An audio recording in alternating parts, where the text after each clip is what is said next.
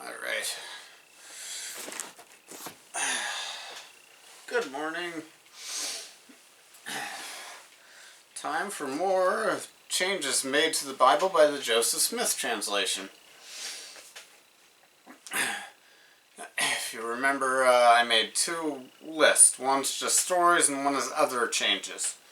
Doctrine, prophecy, principle. We're getting to the other list today. Well, we touched on it before, but we're going to do a lot of the other lists today. We're starting off with Nehemiah, where they go back to Jerusalem and rebuild the temple. And this is what happened then.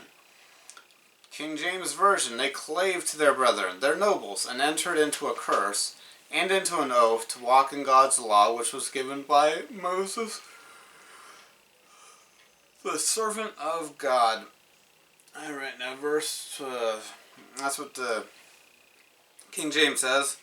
The Joseph Smith translation correction kicks in after and entered into. What was actually written was an oath that a curse should come upon them if they did not walk. A little bit different there, huh? So they were making a promise, and they were basically an oath that a curse, so telling God that they gave him permission to curse them if they did not obey. Let's see, and back to the King James translation, and to observe and do all the commandments of the Lord.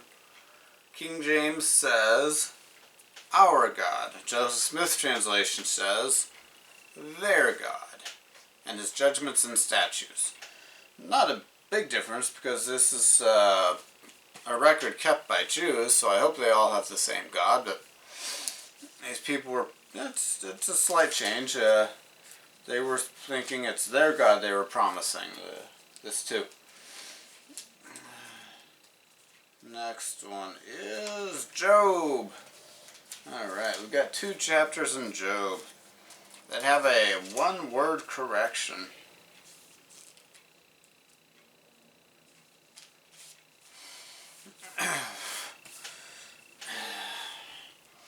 Alright. Chapter 6.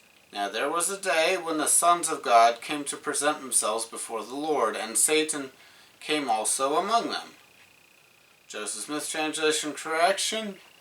Sons should have been. Well, sons was originally written, and this was new.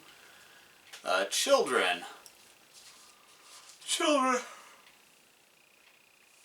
Children, not sons. So daughters too. We could put this one on a list of scriptures that show how Mormonism is good to women and anti-hatred of women, or is for equality of women.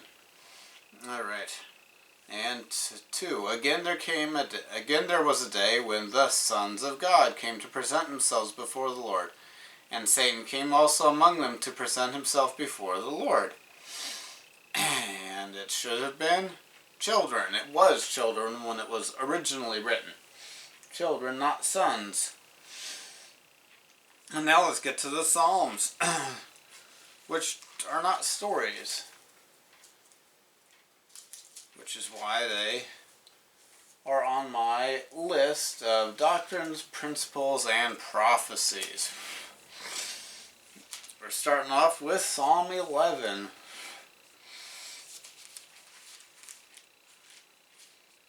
There we go.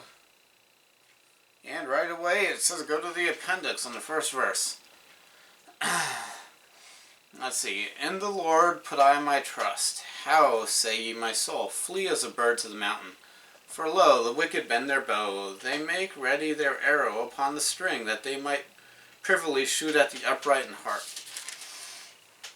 If the foundations be destroyed, what can the righteous do? The Lord is in the holy temple. The Lord's throne is in heaven. His eyes behold, his eyelids try the children of men. The Lord trieth in the righteous, but the wicked and him that loveth violence his soul hateth. Upon the wicked he shall rain snares, fire and brimstone, and an horrible tempest. This shall be the portion of their cup. For the righteous Lord loveth righteousness, and his countenance doth behold the upright. That's what the King James Version says. But what was actually written is, In that day thou shalt come, O Lord, and I will put my trust in thee. Thou shalt say unto thy people, For mine ear hath heard thy voice. Thou shalt say unto every soul, Flee unto my mountain. And the righteous shall flee like a bird that is let from the snare of the fowler. For the wicked bend their bow, lo, they have made ready their arrow upon a string, that they may privily shoot at the upright in heart, to destroy their foundation. But the foundations of the wicked shall be destroyed, and what can they do? For the Lord, when he shall come into his holy temple, sitting upon God's throne in heaven, his eyes shall pierce the wicked. Behold, his eyelids shall try the children of men, and he shall redeem the righteous, and they shall be tried. The Lord loveth the righteous, but the wicked and him that loveth violence his soul hateth. Alright, so God is saying in the future he will tell his people to flee. And the wicked's foundations will be destroyed. The wicked's foundations. And the next one is Psalm 14, which also makes us go to the appendix. But let's start off with the King James Version first. The fool hath said in his heart, There is no God. They are corrupt. They have done abominable works. There is none that doeth good. The Lord looketh down from heaven upon the children of men, to see if there are any that do understand and seek God. They are all gone aside. They are altogether become filthy. There is none that doeth good, no, not one. Have all the workers of iniquity have no knowledge? Who eat up my people as they eat bread, and call not upon the Lord. There were they in great fear. For God is in the generation of the righteous. Ye have shamed the counsel of his poor, because the Lord is his refuge. Oh, that the salvation of Israel were to come out of Zion. When the Lord bringeth back the captivity of his people, Jacob shall rejoice, and Israel shall be glad. What actually was written is, I do like a lot of what that says there. It's especially foolish to say that there is no creator when we have the extreme knowledge that we have about DNA. DNA is code, it's writing, it's language. That never comes by random chance. There has to be an intelligence and power behind the language. Let's see. And the more parts that you know are in the human body and in a single cell organism, the more ridiculous it sounds to you when you hear somebody say that those many parts that wouldn't stay together would rot, fall apart, and decompose without the cell being alive, are, came together by random chance with no power or intelligence putting them together. That's just asinine and foolish. But let's see if there's a slight difference to the meaning when we look at it the way it was originally written. The fool hath said in his heart, There is no man that hath seen God, because he showeth himself not unto us. Therefore there is no God. Behold, they are corrupt, they have done abominable works, and none of them doeth good. Okay, so it's the fool that says no man has seen God, because he isn't seeing God. For the Lord looketh down from heaven upon the children of men, and by his voice saith unto his servant, Seek ye among the children of men, to see if there are any that do understand God. And he opened his mouth unto the Lord, and said, Behold, all these who say they are thine. That's all these who say. The Lord answered and said, They are all gone astray. They are together become filthy. Thou canst behold none of them, that they are doing good, no, not one. All they, all they have for their teachers are workers of iniquity, and there is no knowledge in them. They are they who eat up my people. They eat bread and call not upon the Lord. Okay, so the Lord here is denouncing apostasy in ancient Israel. They are in great fear, for God dwells in the generation of the righteous.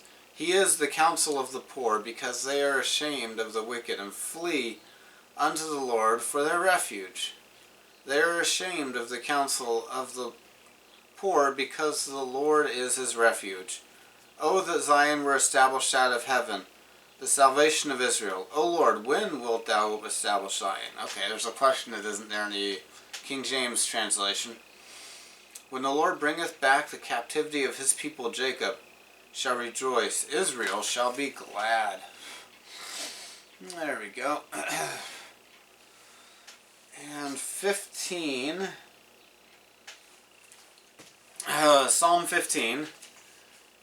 Chapter 1. The Lord, who shall abide in thy tabernacle? Who shall dwell in thy holy hill? That's what King James says. Joseph Smith translation correction is of Zion added to the end of that. So, who shall dwell in thy holy hill of Zion? Let's see. We'll do 19 and 24.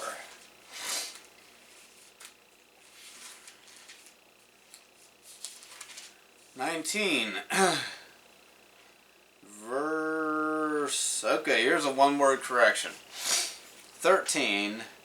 Keep back thy servant also from presumptuous sins. Let them not have dominion over me. Then shall I be upright, and I shall be innocent from the great transgression. Sins should be acts, or was acts when this was written originally.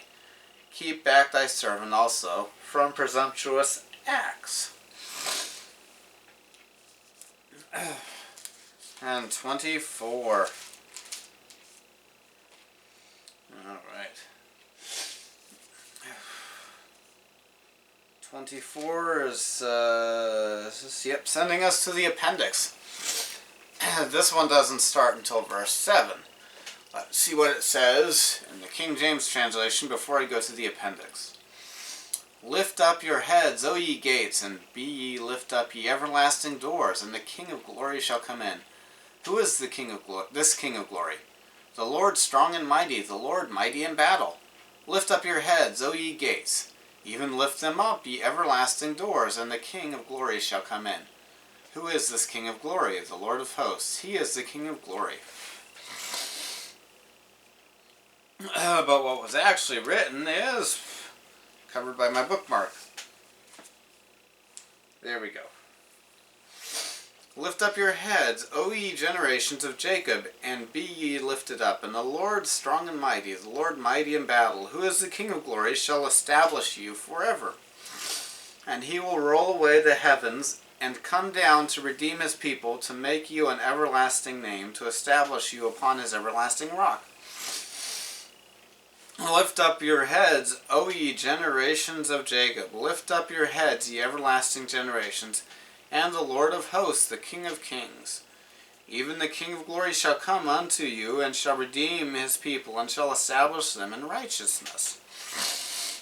Alright, so the Joseph Smith translation lets us know that was a verse, or several verses, about the redemption of Israel, and some verses given to give people hope for the redemption of Israel. Not just a chapter about how glorious the Lord is. Thank you for watching, and you have a good day.